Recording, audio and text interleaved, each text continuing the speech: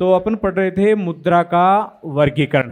Clear है यहाँ तक? मैंने इसमें लिखाया था कि प्रकृति के आधार पर मुद्रा का वर्गीकरण है, फिर बनावट के आधार पर मुद्रा का वर्गीकरण है, और फिर मैंने एक लिखाया था आपको वैधानिकता के आधार पर मुद्रा का वर्गीकरण। अब मैंने एक ये चीज लिखाई होगी आपको कि प्रकृति के आधार पर मुद्रा का वर्गीकरण किन्स ने किया है। किन्स ने प्रकृति के आधार पर मुद्रा को दो भागों में बांटा है। एक तो कौन सी बताई थी? वास्तविक मुद्रा, और एक हिसाब की मुद्रा।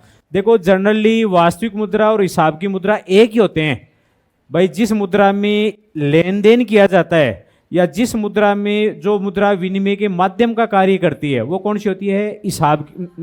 वास्तविक मुद्रा। और जिस मुद्रा में हिसाब किताब लिखा जाता है वो कौन सी होती है?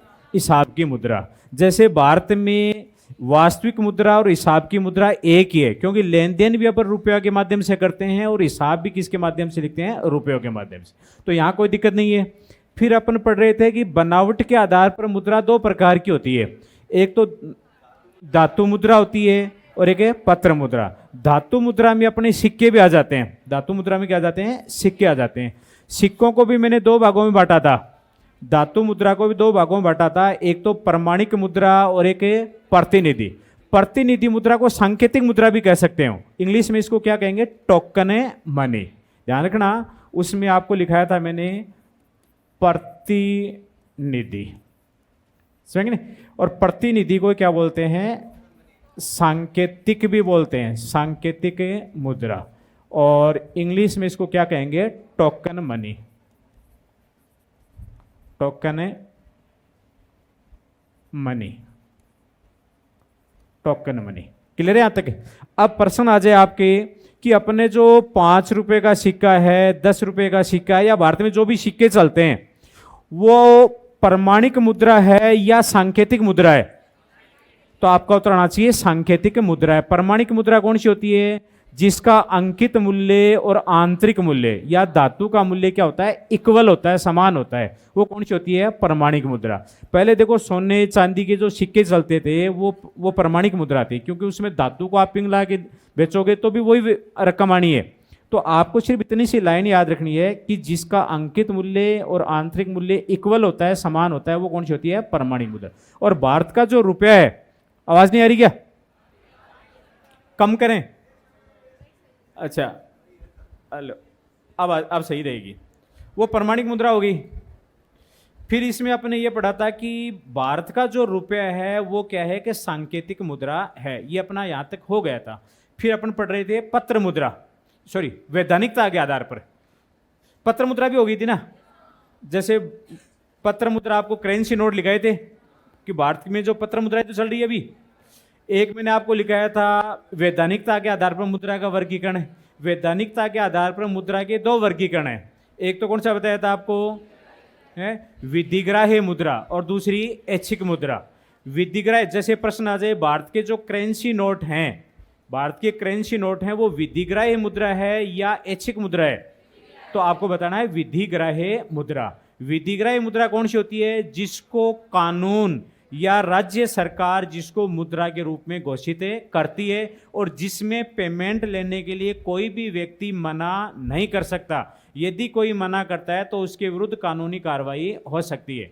तो जितने भी करेंसी नोट हैं, जितने भी सिक्के हैं, सिर्फ करेंसी नोट ही नहीं, सिक्के भी क्या है? वैधानिक मुद्रा है। अरे सिक्कों से कोई पेमेंट लेने के लिए मना कर सकता है क्या? नहीं किया जा सकता। आप किसी भी नोट से पेमेंट करते हो तो कोई मना नहीं कर सकता, ठीक नहीं? तो अपने भारत की जो भी करेंसी है, जिसको आप चाहे आप सिक्के कह दो, चाहे आप इसको क्या कह दो, पत्र मुद्रा कर दो, ये वैधानिक मुद्रा है। वैधानिक मुद्रा के भी दो रूप बताए थे मैंने आपको। कौन कौन से? एक तो सीमित वैधानिक मुद्रा और एक असीमित वैधानिक मुद्रा। प्रश्न आ जाए भारत के जो करेंसी नोट हैं वो सीमित वैधानिक मुद्रा है या असीमित? असीमित वैधानिक मुद्रा है। लेकिन छोटे सिक्के हैं, बड़े सिक्के नहीं बात कर रहा हूं, छोटे सिक्के हैं वो सीमित वैधानिक मुद्रा होती है, क्योंकि एक लिमिट तक ही आप छोटे सिक्कों में भुगतान कर सकते हो। एक लिमिट के बाद में भुगतान करने वाला व्यक्ति उससे मना कर सकता है, उसके विरुद्ध कोई कार्रवाई नहीं हो सकती।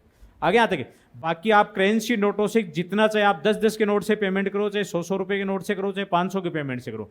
जैसे आपने फीस डिपॉजिट यदि आपने करवाई है तो आप 500 की बजाय अगर 100 से करवाते तब भी इनको लेना पड़ता, और 1000 में करवाते तब भी लेते। यहां तक कोई दिक्कत नहीं है ना किसी के। तो वैधानिक मुद्रा दो तरह की होती है, सीमित और असीमित। प्रश्न आ जाए भारतीय करेंसी नोट सीमित वैधानिक मुद्रा है या असीमित?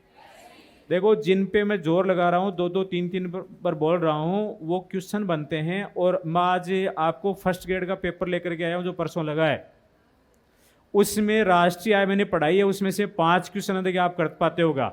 मुद्रा वाला टॉपिक कंप्लीट करने के बाद मुद्रा के भी 2-3 क्वेश्चन देखिए आप कंप्लीट कर पाते होगा।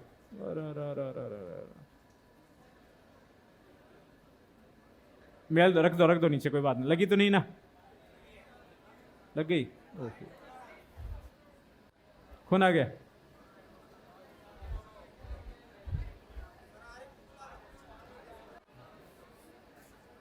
अरे यार लोग आ गए।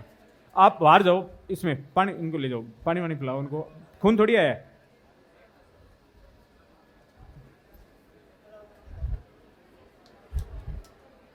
नहीं कोई खास को नहीं, कोई बात। वो क्या हवा के प्रेशर से आ गए।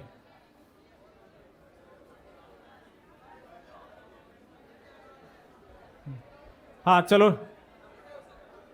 अरे और नहीं गिरेगा, सारे थोड़ी गिरेंगे।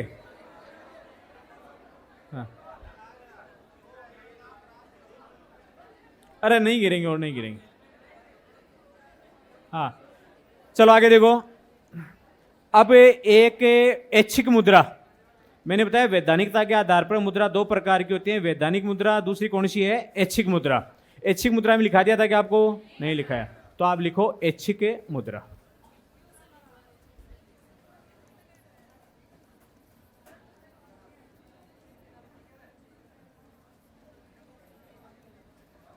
ऐच्छिक मुद्रा है। कौन सा क्वेश्चन है? क्वेश्चन करवाएं? अब निकल गया, अब लिखो। उस समय बोला था, उस समय रुके नहीं आप। हाँ ऐच्छिक मुद्रा लिखो। हाँ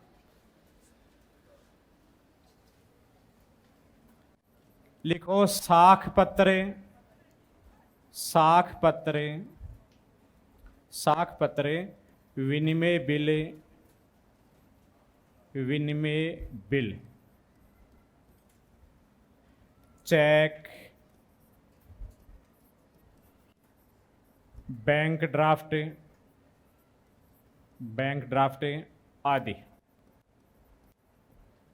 बैंक ड्राफ्ट आदि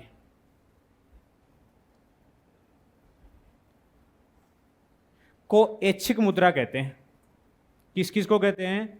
साख पत्र, क्रेडिट लेटर बोलते हैं इसको, विनिमय बिल, ठीक है ना, एक्सचेंज बिल बोलते हैं इसको, चेक है, बैंक ड्राफ्ट है। ये क्या होती है? ऐच्छिक मुद्रा होती है। अब इसको ऐच्छिक क्यों कहते हैं?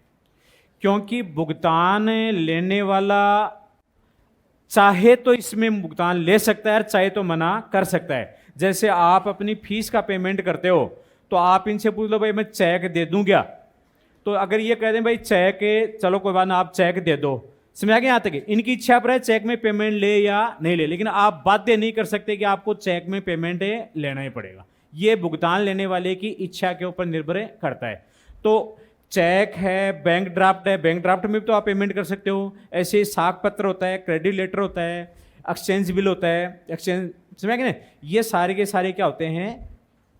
ऐच्छिक मुद्रा होती है। आपसे जो प्रश्न आएगा वो प्रश्न की लैंग्वेज ये होगी कि निम्न में से ऐच्छिक मुद्रा है या निम्न में से ऐच्छिक मुद्रा नहीं। क्वेश्चन की लैंग्वेज ये होगी आपकी। क्लियर थी बात?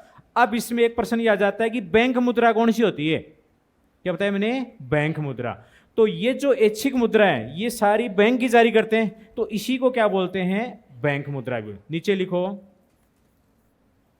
ऐच्छिक मुद्रा, ऐच्छिक मुद्रा को, ऐच्छिक मुद्रा को बैंक मुद्रा, बैंक मुद्रा या साख मुद्रा भी कहा जाता है। बैंक मुद्रा या क्या कहा जाता है? साख मुद्रा भी कहा जाता है। क्योंकि क्योंकि ये मुद्रा बैंक की साख पर चलती है, क्योंकि ये है मुद्रा बैंक की साख पर चलती है, क्योंकि ये मुद्रा बैंक की साख पर चलती है। साख का मतलब होता है विश्वास। भाई लोग चेक से लेन देन करते हैं, तो चेक से लेन देन तब करेंगे ना लोगों का बैंक के ऊपर क्या है, विश्वास है। नहीं तो चेक एक कागज ही तो है, लोग बैंक पर विश्वास करते हैं, इसलिए चेक के माध्यम से लेन देन कर लेते हैं। तो इसीलिए इसको साख मुद्रा भी कहते हैं, इसी को क्या कहते हैं, बैंक मुद्रा भी कहते हैं। क्वेश्चन लिखो एक,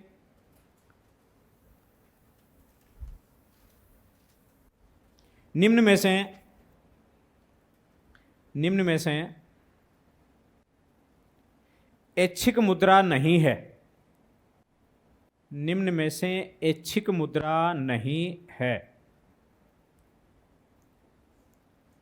ऐच्छिक मुद्रा नहीं है। पहला लिखो चेक, दूसरा ऑप्शन लिख लो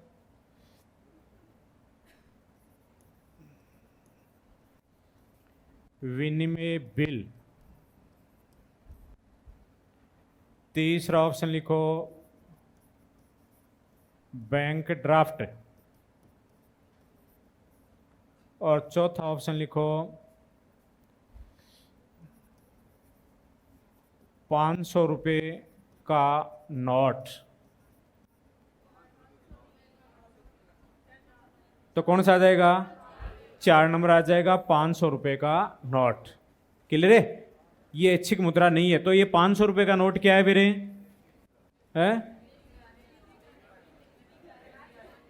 नीचे लिखो भारतीय करेंसी नोट है, भारतीय करेंसी नोट तथा सिक्के, भारतीय करेंसी नोट तथा सिक्के वैधानिक मुद्रा है, वैधानिक मुद्रा है।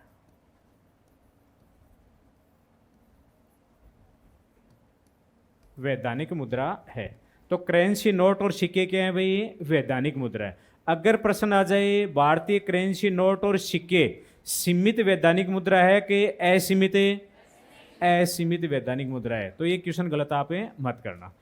अगला क्वेश्चन लिखो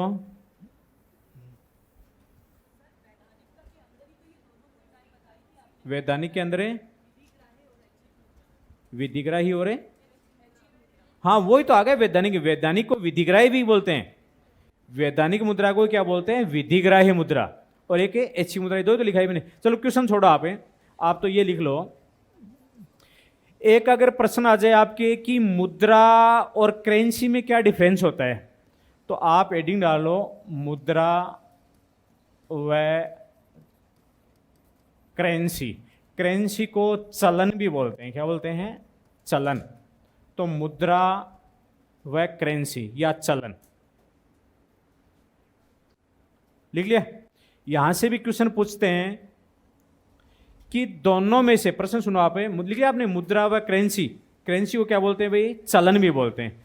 अगर प्रश्न आ जाए कि दोनों में से विस्तृत कौन से है, बड़ी अवधारणा कौन सी है दोनों में से, तो आपको बड़ी अवधारणा कौन सी बतानी है, मुद्रा। क्लियर यहाँ तक है। और करेंसी क्या है, छोटी अवधारणा है। कैसे, देखो मुद्रा के अंदर तो वो सारी वस्तुएं आ जाती हैं जिसके माध्यम से अपना लेन देन करते हैं, या जो विनिमय के माध्यम और मूल्य मापन का कार्य करती है। जैसे अपने चेक को भी विनिमय के माध्यम के रूप में काम लेते हैं, लेन देन के रूप में काम में लेते हैं, भुगतान करते हैं चेक के माध्यम से। तो चेक है, बैंक ड्राफ्ट है, आपका पोस्टल ऑर्डर है, विनिमय बिल है, साख पत्र है, और आपके करेंसी नोट हैं, सिक्के हैं, ये सारे के सारे किस में आते हैं, मुद्रा में आते हैं। समझ आगे में आते हैं। तो मुद्रा की परिभाषा क्या है, विस्तृत है। अब करेंसी क्या होती है, करेंसी केवल मुद्रा का वो भाग है जिसे सरकार चलन के रूप में क्या करती है, घोषित करती है। जैसे पहले जो 1000 रुपए का नोट था वो देश की करेंसी थी, सरकार ने उसको लेन देन के माध्यम के काम में लेने के लिए घोषित कर रखा था, लेकिन आज गवर्नमेंट ने उसको चलन से बाहर कर दिया, तो वो करेंसी नहीं रही। वस्तु वो की वही है, चीज वो की वही है, लेकिन पहले वो क्या थी, करेंसी थी, लेकिन आज वो करेंसी नहीं है। लिखो इसके अंदर है, मुद्रा करेंसी की अपेक्षा, मुद्रा करेंसी की अपेक्षा अधिक विस्तृत अवधारणा है, या अधिक विस्तृत शब्द है, इसे लिख लो, अधिक विस्तृत शब्द है। मुद्रा करेंसी की अपेक्षा अधिक विस्तृत शब्द है। लिख लिया ना आपने सबने? अरे इसमें मुद्रा और करेंसी में से बड़ा शब्द कौन सा है? मुद्रा। अरे देखने में आपको ये लगेगा ये तो 2 का है, ये 3 का है, ऐसे मत कर देना आप। इसकी अवधारणा बड़ी है, ये व्यापक अर्थ में, समझ गए नहीं? तो मुद्रा का अर्थ क्या है? ज्यादा व्यापक है करेंसी के पे। आगे नहीं मेरी बात समझ आता क्या? लिखो, क्योंकि मुद्रा के अंतर्गत, मुद्रा के अंतर्गत उन सभी वस्तुओं, उन सभी वस्तुओं को शामिल किया जाता है, उन सभी वस्तुओं को शामिल किया जाता है जिन्हें, जिन्हें विनिमय के माध्यम, विनिमय के माध्यम तथा, विनिमय के माध्यम तथा मूल्य के मापन, मैंने आपको लिखा है विनिमय के माध्यम तथा, दूसरा कौन सा लिखा है? मूल्य के मापन के रूप में सामान्यतः स्वीकार किया जाता है, के रूप में सामान्यतः स्वीकार किया जाता है।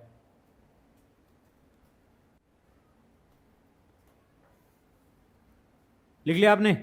तो मैंने आपको ये लिखा है कि मुद्रा का मतलब क्या है? वो वस्तु है जिसे देश के लोग विनिमय के माध्यम और मूल्य के मापन के रूप में सामान्यतः स्वीकार करते हैं, वो वस्तु क्या है? मुद्रा है। फिर लिखो, मुद्रा के अंतर्गत, मुद्रा के अंतर्गत करेंसी, करेंसी को और क्या कहेंगे भाई? चलन, समझेंगे?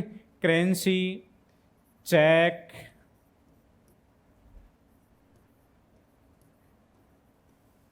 विनिमय बिल, विनिमय बिल, साख पत्र, बैंक ड्राफ्ट आदि सभी, आदि सभी को शामिल किया जाता है। बैंक ड्राफ्ट आदि सभी को शामिल किया जाता है।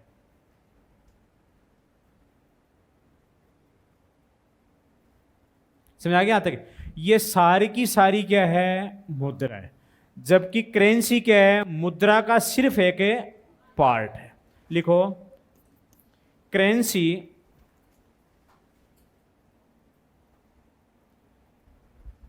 करेंसी मुद्रा का एक भाग है,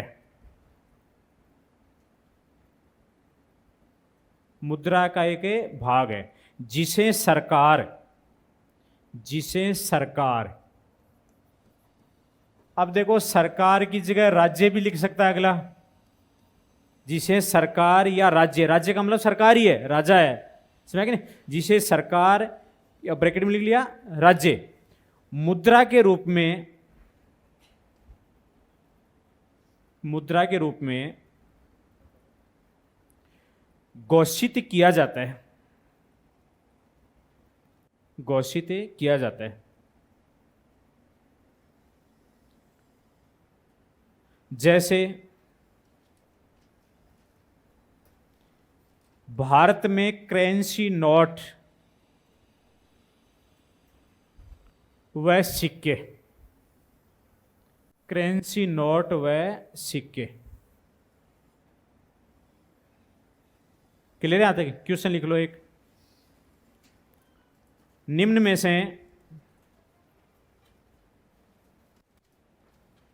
से करेंसी नहीं है, निम्न में से करेंसी नहीं है, करेंसी नहीं है। पहला लिखो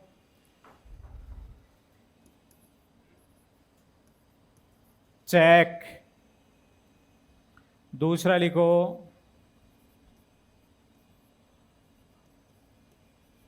डिमांड ड्राफ्ट, डिमांड ड्राफ्ट, तीसरा लिखो विनिमय बिल, 4 नंबर लिखो उपरोक्त छवि।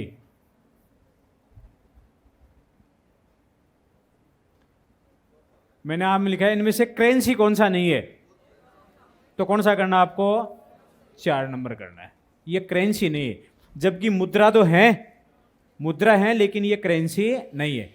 तो अगर प्रश्न आ जाए तो फिर करेंसी क्या है, तो भारत के जितने भी हर मूल्य के नोट हैं, चाहे वो 1 रुपए का हो, चाहे 2 का हो, चाहे वो 5 का हो, चाहे 100 का हो, चाहे 500 का हो, जितने भी नोट हैं वो सारे की सारी क्या है? देश की करेंसी है। जितने सिक्के चल रहे हैं वो देश की क्या है? करेंसी है। तो ये लाइन एक बार फिर लिख लो आपके, भारत में सभी मूल्यों के नोट, भारत में सभी मूल्यों के नोट तथा सिक्के, सभी मूल्यों के नोट तथा सिक्के देश की करेंसी है, देश की करेंसी। करेंसी को और क्या कहते हैं? चलन। देश की करेंसी है। कोई दिक्कत नहीं है ना भाई, यहां तक है? चलो, अब इसमें एक प्रश्न मान लो ये पूछ सकते हैं, मुद्रा के प्रकार तो आपके कंप्लीट हो गए हैं, अब आपसे कोई और ज्यादा अगर पूछना चाहे तो एक ये पूछा जा सकता है कि भाई मुद्रा की इंपॉर्टेंस क्या है, इंपॉर्टेंस पे प्रश्न पूछे जा सकते हैं। एक आपको ये पूछे जा सकते हैं कि मुद्रा के दोष क्या हैं, एक ये पूछा जा सकता है कि विमुद्रीकरण क्या होता है, एक पूछा जा सकता है ग्रेसम का नियम क्या है, और एक आपसे पूछा जा सकता है कि मुद्रा की मांग क्या होती है और मुद्रा की पूर्ति क्या होती है, और भारत में मुद्रा की पूर्ति के क्या क्या कंसेप्ट है। इसके अलावा आपसे और कोई क्वेश्चन नहीं बनता है। तो अब आप लिख लो विमुद्रीकरण, विमुद्रीकरण।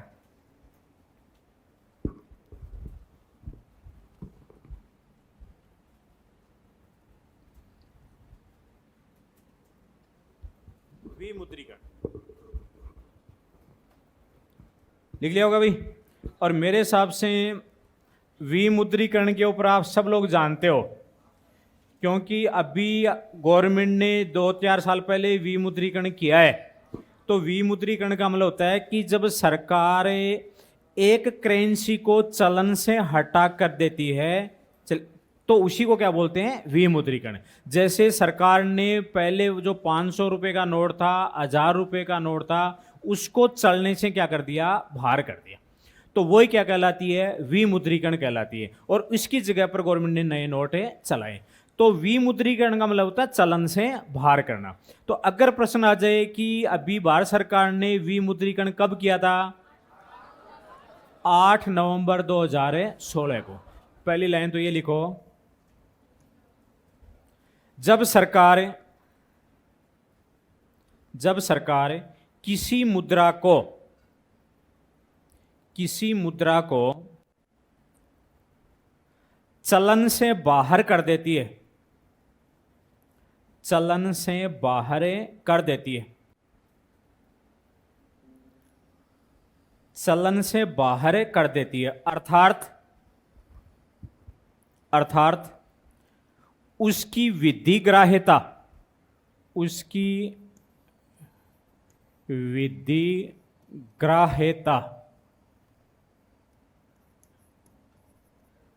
विधिग्राह्यता को समाप्त कर देती है, विधिग्राह्यता को समाप्त कर देती है।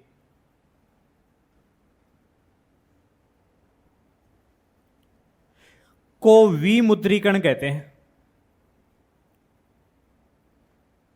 को विमुद्रीकरण कहते हैं।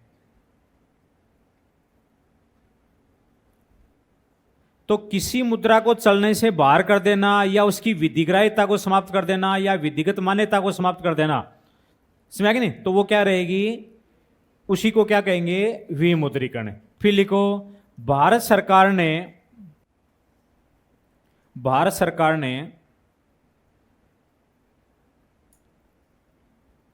8 नवंबर 2016 को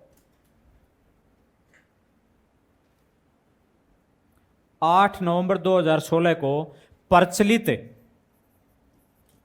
मतलब जो वहां उस समय चल रहे थे, प्रचलित 500 रुपये तथा 1000 रुपये के नोट की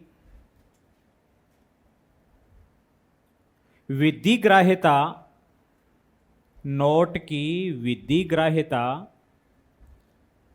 समाप्त करके 500 तथा 2000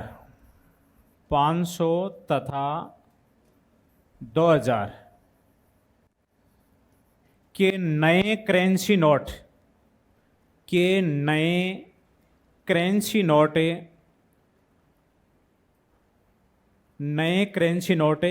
जारी किए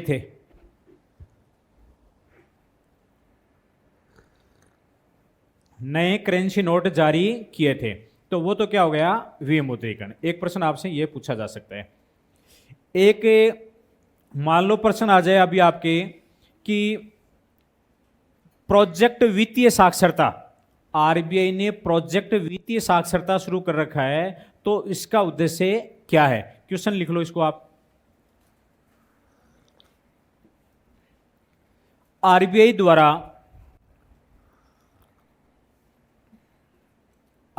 द्वारा शुरू किया गया इन्वर्टेड कोमाज में लिखना, प्रोजेक्ट वित्तीय साक्षरता,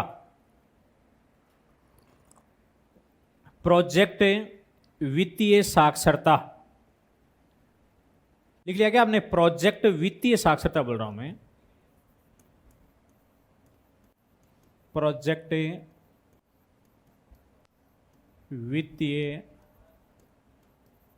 साक्षरता, और इसको आपको लिखना है इन्वर्टेड कोमाज में से। तो प्रोजेक्ट वित्तीय साक्षरता का उद्देश्य है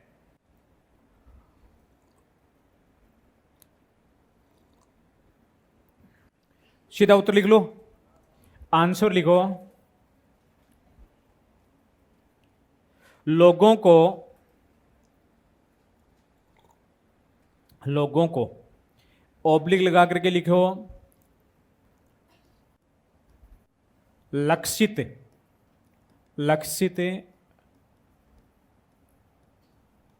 व्यक्तियों, या तो लैंग्वेज लोगों आ जाएगी या आ जाएगी लक्षित व्यक्तियों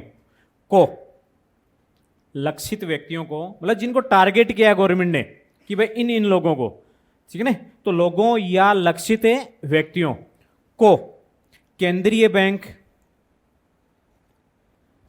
केंद्रीय बैंक तथा अन्य बैंकों से संबंधित, केंद्रीय बैंक तथा अन्य बैंकों से संबंधित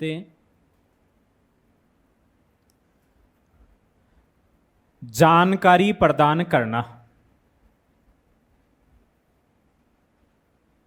जानकारी प्राप्त करना, अर्थात वित्तीय जानकारी देना, वित्तीय जानकारी देना। आगे यहां तक। तो आरबीआई ने जो प्रोजेक्ट वित्तीय साक्षरता अभियान जारी कर रखा है, तो इसका उद्देश्य क्या है भाई? तो लोगों को वित्त के संबंध में जानकारी देना, लोगों को बैंकों के संबंध में जानकारी देना। कौन से लोगों को? जिनको जानकारी नहीं है, तो उनको अपने ऐसे भी लिख सकते हैं भाई, लक्षित व्यक्तियों को बैंकिंग संबंधी जानकारी उपलब्ध कराना। क्लियर है यहां तक? एक आपसे पूछा जा सकता है ग्रेसम का नियम। ये क्वेश्चन भी बहुत बार एग्जामों में पूछ लेते हैं, ग्रेसम का नियम। ग्रेसम का नियम, ग्रेसम का नियम लिख लिया आपने? देखो ग्रेसम के नियम में आपको क्या है, लाइन याद क्या रखनी है? वो सिर्फ एक लाइन है, वो याद रखना है कि जब सरकार, ग्रेसम का नियम क्या होता है कि जब वो भी छोड़ो आप, कि जब अर्थव्यवस्था में अच्छी मुद्रा और खराब मुद्रा एक साथ चलती है। मैंने क्या बताया? जब अर्थव्यवस्था में अच्छी मुद्रा और खराब मुद्रा एक साथ चलती है तो खराब मुद्रा है वो अच्छी मुद्रा को चलने से बाहर कर देती है। उसी को क्या कहते हैं? ग्रेसम का नियम। क्या बताया मैंने? ग्रेसम का नियम है, मैंने आपको बताया कि अर्थव्यवस्था में अच्छी मुद्रा, अभी बताएंगे आपको, अच्छी मुद्रा और मैंने दूसरी कौन सी बताई? खराब मुद्रा। दोनों मुद्राएं एक साथ चल रही हो, या अच्छा आदमी भी बुरा आदमी भी, तो अच्छे मुद्रा और खराब मुद्रा दोनों एक साथ चल रही हो, तो ये जो खराब मुद्रा है वो अच्छी मुद्रा को चलने से क्या कर देगी? बाहर कर देगी। इसी को क्या कहा जाता है? ग्रेसम का नियम। अब आते हैं कि ये अच्छी मुद्रा कौन सी होती है, खराब मुद्रा कौन सी होती है। देखो कट्टे फटे पुराने नोट होते हैं, कट्टे फटे पुराने नोट हैं, उसको तो क्या कहेंगे? खराब मुद्रा, या बुरी मुद्रा भी कह सकते हो। और अच्छी मुद्रा कौन सी होगी? एकदम नए फ्रेश नोट, वो कौन सी होगी? अच्छी मुद्रा। अब आपके दिमाग को, हर आदमी जब भुगतान करना चाहता है तो देखेगा भाई सबसे खराब कौन सा है, उनमें से ढूंढ करके वो पेमेंट करेगा। दुकान वाला भी अपने गले में से ढूंढेगा, सबसे खराब है वो देगा। अच्छे नोट कहां जाएंगे? अच्छे नोट जो फ्रेश मुद्रा है वो लोग अपने घर में रखना चाहेंगे, और मार्केट में कौन सी चलेगी? खराब मुद्रा। गवर्नमेंट ने तो दोनों ही जारी कर रखे हैं, लेकिन अच्छी अच्छी मुद्रा लोग अपने घरों में स्टॉक कर लेंगे, और मार्केट में कौन सी मुद्रा चलेगी? खराब मुद्रा। इसका मतलब खराब मुद्रा ने अच्छी मुद्रा को चलने से बाहर कर दिया, वो तो घर में पड़ी है, समझ नहीं, और वो खराब वाली क्या है? चल रही है। जब अपन जनरल सी जान रहे हो ना आप ये चीजें। ये ग्रेसम, ब्रिटेन का ग्रेसम नाम का अर्थशास्त्री था, उसने ये नियम दिया था, रूल्स दिया था। वो नियम क्या होता है? नियम का मतलब होता है कि जो बात सब जगह लागू होती है, सब लोग उसको स्वीकार कर लेते हैं, उसी को वही क्या बन जाता है? नियम। तो नियम एक सर्वमान्य कथन होता है। नियम क्या होता है? कि सर्वमान्य कथन होता है, जिसको सब लोग सर जगह क्या करते हैं? उसको एक्सेप्ट करते हैं, स्वीकार करते हैं। जैसे ब्रिटेन में क्या हुआ था कि महारानी एलिजाबेथ जब दौरे पर आई तो उसने देखा कि मार्केट में जो सिक्के उसने देखे, तो सिक्के तो बहुत घसे वैसे थे, पुराने सिक्के थे, घसे हुए थे, कि भाई इतने से ये लेन देन लोग इन पुराने सिक्कों से कर रहे हैं, घसे हुए सिक्कों से कर रहे हैं। आदेश दिया कि आप ऐसा करो, नए सिक्के डलवाओ, ठीक है नहीं, और वो मार्केट में आप आने दो। अब उसकी तो धारणा ये था कि जैसे लोग नए सिक्के आएंगे मार्केट में, नई करेंसी आएगी, तो लोग नई करेंसी से लेन देन करने लग जाए, ये करेंसी अपने आप ही पुरानी वाली है वो अपने आप क्या हो जाएगी? बाहर हो जाएगी। तो नए सिक्के डलवा दिए बड़ी मात्रा के अंदर। लेकिन फिर कुछ दिनों बाद में फिर दौरे पर आई, तो फिर अरे ये क्या बात हुई, वो नए सिक्के कहाँ गए? ये तो वापस वो के वो पुराने सिक्के चल रहे हैं। तो फिर उस समय ग्रेसम नाम के अर्थशास्त्री था, उसने ये कहा था कि अगर अर्थव्यवस्था में दोनों करेंसी एक साथ चलेंगी, अच्छी मुद्रा और खराब मुद्रा, तो खराब मुद्रा क्या करेगी? अच्छी मुद्रा को चलने से बाहर कर देगी। और ये हर देश के लोगों ने, जो समझदार लोग, सब ने एक्सेप्ट किया कि वास्तव में ये बात क्या है? सही है। और मेरे हिसाब से आप भी इस बात को एक्सेप्ट कर रहे हो, सही नहीं? तो सबने एक्सेप्ट कर लिया जिस बात को, तो वो बात क्या हो जाती है? नियम बन जाता है। तो इसी को क्या नाम दे दिया? ग्रेसम का नियम। लिखो आप, ग्रेसम के नियम में लिखो, जब अर्थव्यवस्था में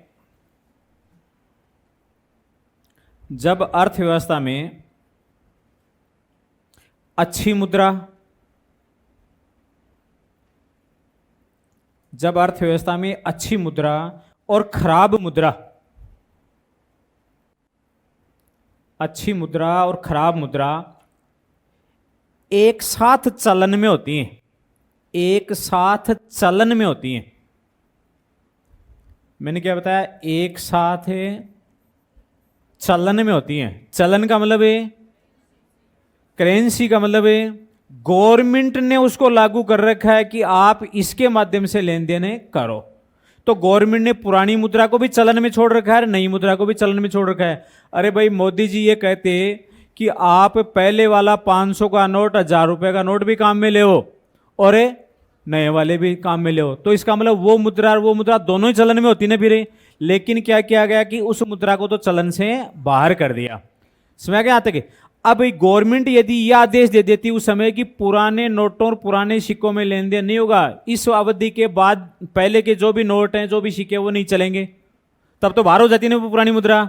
लेकिन गवर्नमेंट ने ऐसा तो कहा नहीं, मतलब गवर्नमेंट का मतलब यहाँ पे एलिजाबेथ ने ये तो कहा ही नहीं था कि आप पुराने सिक्कों से लेन देन नहीं करोगे, ऐसा आदेश तो दिया ही नहीं था। उसने तो ये कहा भाई ये तो चलने अपने आप, ये भी चलने दो, नए सिक्के और चला दो। आप नए सिक्के आ जाएंगे तो लोग अपने आप ही नए सिक्कों से लेन देन करेंगे। समझ गए यहाँ तक? तो वो खराब मुद्रा बाहर हो जाएगी, अच्छी मुद्रा चलेगी। लेकिन हुआ क्या, उल्टा। तो मैंने आपको कहा चलन का मतलब दोनों एक साथ है, चल रही है, लोग दोनों में क्या कर रहे हैं, लेन देन कर रहे हैं। आगे यहाँ तक है। तो मैंने लिखा है आपको, जब अर्थव्यवस्था में क्या लिखा है मैंने, अच्छी मुद्रा और खराब मुद्रा एक साथ चलन में हो, समझ गए नहीं, तब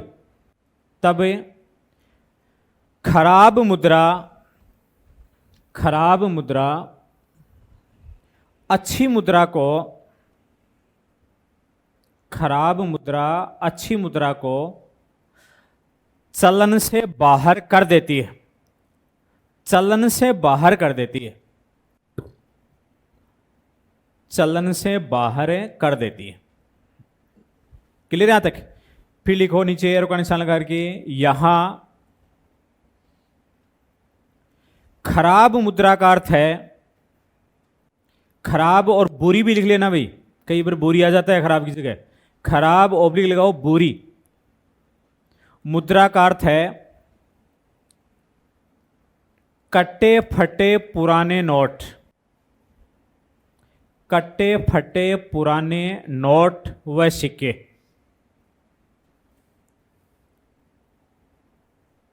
सिक्के भी कौन से, पुराने सिक्के, कट्टे फटे पुराने नोट व सिक्के।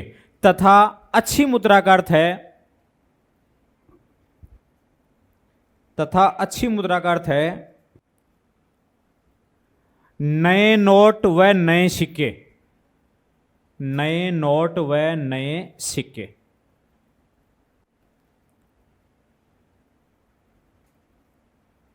नए नोट व नए सिक्के, बस आपको इतना याद रखना है इसके अंदर।